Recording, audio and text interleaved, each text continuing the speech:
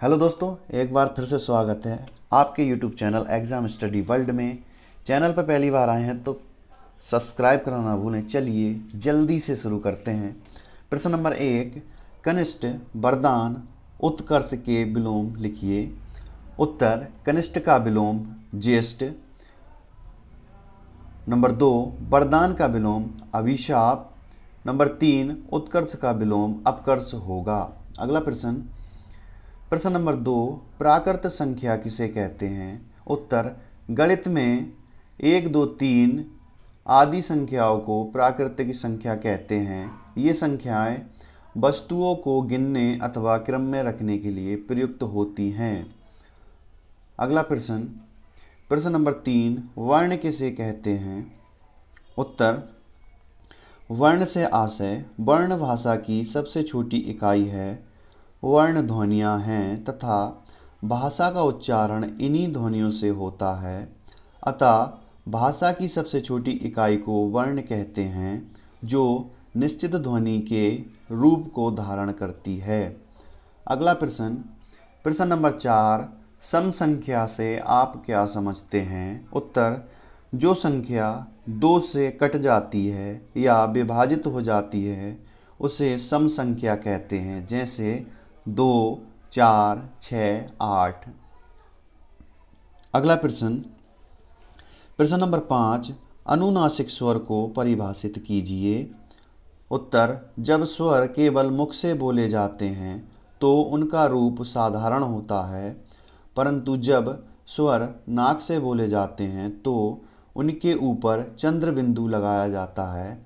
ऐसे स्वर नाक से बोले जाने के कारण अनुनासिक कहलाते हैं, जैसे अंगुली, आंधी आदि। अगला प्रश्न नंबर 6, हलंत से क्या अभिप्राय है? लिखिए। उत्तर हलंत से आशय है आधा वर्ण या स्वर रहित वर्ण। जब किसी व्यंजन को स्वर रहित लिखना होता है तब हलंत का प्रयोग किया जाता है। अगला प्रश्न नंबर 7, अंग्रेजी वर्णमाला में कितने वर्ण होते हैं? उत्तर अंग्रेजी वर्णमाला में 26 वर्ण होते हैं। प्रश्न नंबर 8, चा वर्ग की ध्वनियाँ कितनी हैं? नाम लिखिए। उत्तर चा वर्ग की ध्वनियाँ 5 हैं। चा, छा, जा, झा, वां। अगला प्रश्न नंबर 9, गुणा में कौन कौन सी संक्रियाएँ होती हैं? लिखिए। उत्तर गुणा में निम्न संक्रियाएँ होती हैं: गुणनफल, गुणज, गुणक। अगला प्रश्न नंबर 10, विधानवाचक वाक्य क्या होते हैं? उदाहरण देके समझाइए। उत्तर विधानवाचक वाक्य जिन वाक्यों में क्रिया करने या होने का सामान्य ज्ञान हो उन्हें विधानवाचक वाक्य कहा जाता है। जैसे वह प्रतिदिन योगा करता है, काम का करना। नंबर 2, लता नाचती है, काम का होना। अगला प्रश्न नंबर 11, निषेधवाचक वाक्य क्या होते हैं? उदाहरण देके समझाइए। निषेधवाचक वाक्य जिन वाक्यों में क्रिया के निषेध का ज्ञान होता है उन्हें निषेधवाचक वाक्य कहते हैं।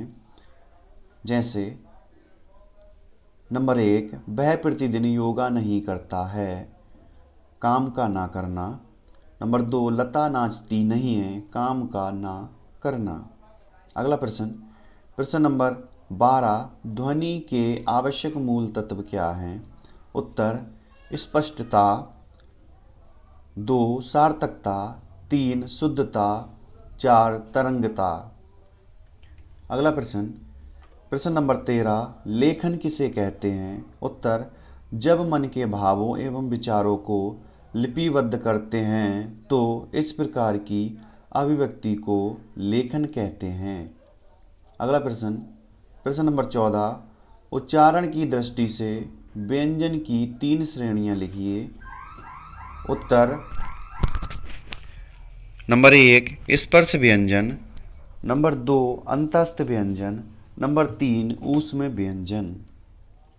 अगला प्रश्न नंबर 15, अयोगवाह के 3 प्रकार लिखिए। उत्तर 1, अनुस्वार, 2, अनुनासिक, 3, विसर्ग। अगला प्रश्न नंबर 16, विकारी शब्द किसे कहते हैं? उत्तर, जिन शब्दों का प्रयोग लिंग वचन कारक के कारण के अनुसार परिवर्तन आ जाता है। जिन शब्दों के प्रयोग में के अनुसार परिवर्तन आ जाता है उन्हें विकारी शब्द कहते हैं। अगला प्रश्न नंबर 17, हिंदी वर्णमाला में ह्रस्व स्वर कौन से हैं? उत्तर, आ, ई, उ, ऋ। अगला प्रश्न नंबर 18, बलाघात क्या है? ध्वनि विज्ञान के आधार पर स्पष्ट कीजिए। उत्तर, बलाघात शक्ति की वह मात्रा है जिसमें ध्वनि, अक्षर, शब्द अथवा वाक्य का उच्चारण किया जाता है और शक्ति आधिक्य के कारण ही अपेक्षाकृत अधिक बलाघात युक्त ध्वनि, अक्षर या शब्द आदि आसपास की अन्य ध्वनियों आदि से अधिक मुखर एवं शक्तिशाली होते हैं। अगला प्रश्न नंबर 19, जीव के आधार पर हिंदी स्वर ध्वनियों का वर्गीकरण कर उनके नाम लिखिए। उत्तर, नंबर 1, समृत स्वर ई, उ, ऊ। नंबर 2, अर्ध विवृत स्वर ए, आओ, आ। 3, विवृत स्वर आ। 4, अर्ध समृत स्वर आई, आओ। अगला प्रश्न नंबर 20, ऋ स्वर का उच्चारण स्थान क्या है? उत्तर, मूर्धन्य या कठोर तालु। अगला प्रश्न नंबर 21, व्यंजन क्या है? लिखिए। उत्तर, जिन वर्णों के उच्चारण में वायु उच्चारण स्थान से छूकर सीटी की ध्वनि के समान बाहर निकलती है वे ऊष्म व्यंजन हैं। अगला प्रश्न, संकर शब्द को उदाहरण सहित लिखिए। प्रश्न नंबर 22, उत्तर, जो शब्द दो भाषाओं के शब्दों को मिलाकर बना लिए जाते हैं उन्हें संकर शब्द कहते हैं। जैसे नेक चलन, नेक धन चलन, वर्षगांठ, वर्ष धन गांठ, रेलगाड़ी, रेल धन गाड़ी। अगला प्रश्न नंबर 23, विलोम शब्द किसे कहते हैं? उत्तर, जो शब्द परस्पर विपरीत अर्थ प्रकट करते हैं वे विलोम शब्द कहलाते हैं। जैसे काला गोरा, प्रकाश का अंधकार। अगला प्रश्न नंबर 24, शून्य को किसी संख्या से भाग देने पर भागफल क्या आता है? उत्तर, जब किसी संख्या को शून्य से भाग करते हैं तो इसे शून्य से भाजन कहते हैं। सामान्य गणित में ये भाजन अर्थहीन है अतः शून्य से भाजक अपरिभाषित है।